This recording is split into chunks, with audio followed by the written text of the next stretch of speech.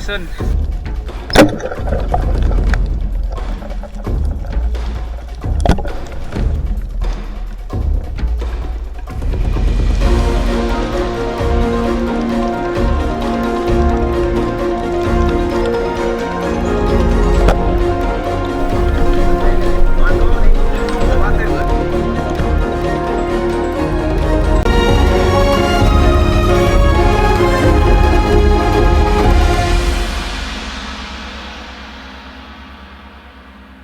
So what's up sa inyo mga master? For today's adventure ay manunusok kaming dalawa ni Takloy dito sa Bulok-Bulok. Napakalinaw kasi ng dagat dito at hindi mabalot. At matagal na rin kami hindi nakabalik dito kaya susubukan namin. Mga master, nag-dive kami ni Takloy ngayon dito sa Bulok-Bulok dahil kumalma yung dagat. Sana hindi na magbago mamaya. Takloy mga master, kami lang dawa.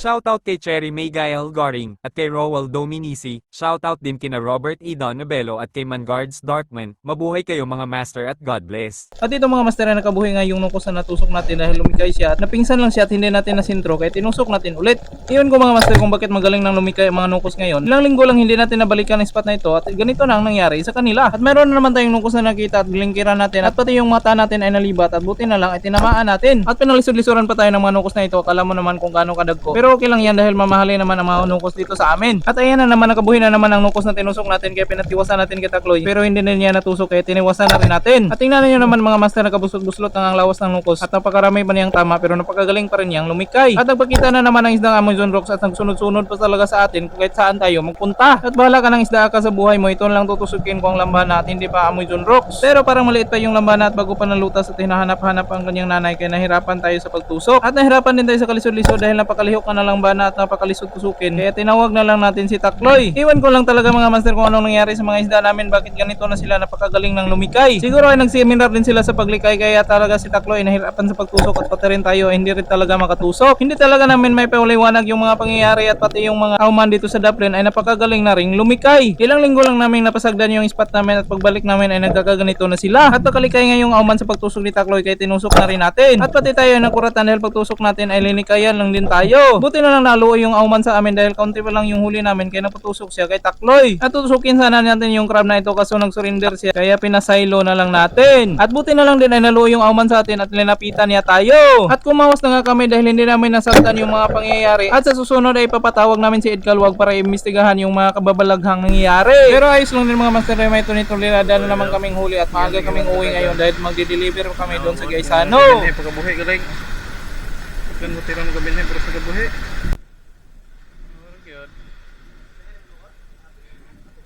At dito mga master sa pangalawang dive namin ay dito muna kami magdadive sa Tungatok. At hindi muna kami magdadive doon sa Bulok-Bulok dahil napakagaling ng lumikay ng mga isda. Na naman kami sa Tungatok mga master.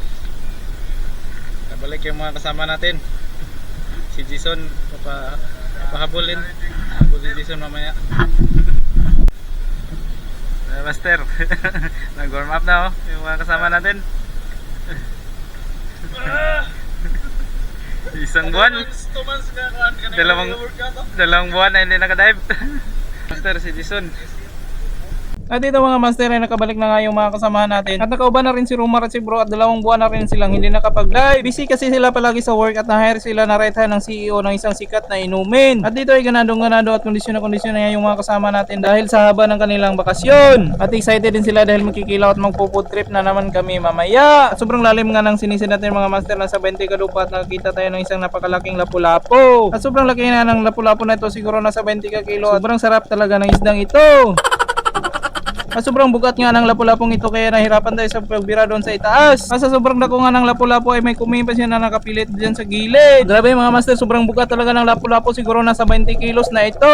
At lumalaban pa nga yung lapu-lapu at nagkikuyok at gusto pa nga tayong dasmagan at kagatin. Grabe mga master, napakaisog na napakatapang talaga ng mga lapu-lapu dito sa amin. Siguro ito yung lapu-lapu na nakapatay kay Magellan. Sobrang tamis at sobrang sarap talaga ng sabaw ng lapu-lapu at sasabawin natin ito mamaya pag uwi habang sariwa pa. At ikakawas muna natin yung lapu-lapu mga master dahil sobrang bugat at baka maunlod tayo at hindi tayo makalangoy. At sobrang blessed talaga namin mga master sa spot namin dahil napakaraming nukos at hindi natin tinutusok ang mga nukos dahil nasumahan na tayo. Kapag nasumahan na kami sa mga nukos mga master ay pinapasagdan na namin at binobidyo-bidyohan lang namin. At kinawas na nga natin ang lapu-lapu mga master at naglisod pa nga tayo dito dahil napakabuga talaga ng lapu-lapu. At mas lalo pa tayong nalisuran dahil napakarami ng tuyong dito sa daplin. Marami rin yung taba at nasamad pa yung tiil natin. At ayan na naman mga master, nagpakita na naman ang sobrang daghan ng mga timbungan at sobrang ganda pa ng mga kulay nila. Grabe talaga mga master, sobrang daghan talaga ng mga timbungan dito kaya tayo na lang yung sumibog at napura na tayo sa panunusok ng mga timbungan. At sobrang blessed din namin mga master dahil sobrang daghan din talaga ng mga pugita dito sa spot namin at nasa mababaw lang sila. At nakakita na naman si Jason ng pugita dahil suki na talaga niya ang mga pugita dito at suki na niya ang mga bahay ng mga pugita at alam na niya kung sino ang mga pugita na nakatira dito. At kinulkog na nga ni Jason ang pugita na nakasuksok doon sa malalim ng banga gamit ang kanyang ganso. At sumusukol pa nga ang pugita dahil habang binibira ni Jason ang pugita ay binibira din ng pugita ang kamay ni Jason papasok doon sa bangag. At magbantay ka talaga Jason ka baka ikaw yung mabira ng pugita doon sa bangag dahil ang seminar pa nga yung mga pugita ng self-defense. At grabe na nga ang kulkog ni Jason ang pugita ngunit hindi pa rin lumabas yung pugita. At gusto pa nga nitong manabla. At nililin na nga natin yung bangag ng pugita at sobrang lalim talaga ng bangag ng pugita. Grabe talaga, hindi talaga magpapahuli ang mga pugita dito ng buhay. At tumawag na nga tayo ng backup at tinabangan nilang luglugin ang pugita doon sa bangag. At grabe na nga ang kulkog nila sa pugita at ayaw pa rin lumabas ng pugita dahil ayaw talaga nitong bumitaw dahil habang may buhay ay may pag-asa. Ngunit ayaw din bumitaw ng ating mga kasama dahil gumalaban din sila para sa kanilang pangarap at binugahan na nga sila ng ata ng pugita.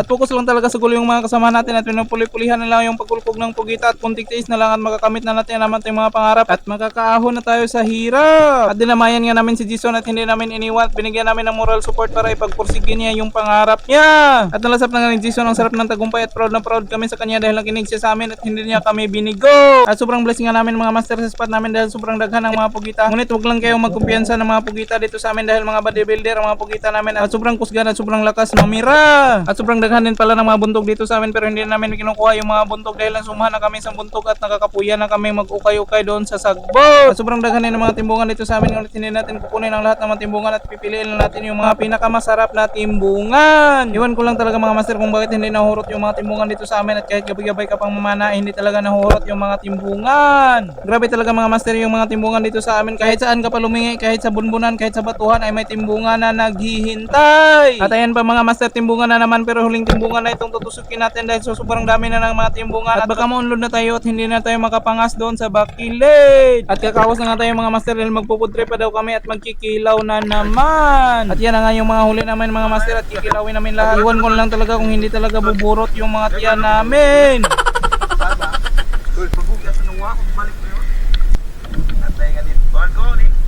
Ate, tungkol sa kalawang babot, pero ako pirme, nakatira pa we.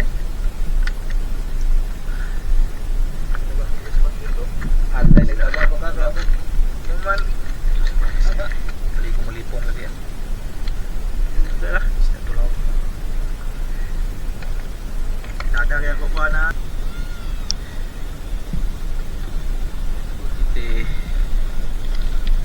5 siguro na dah.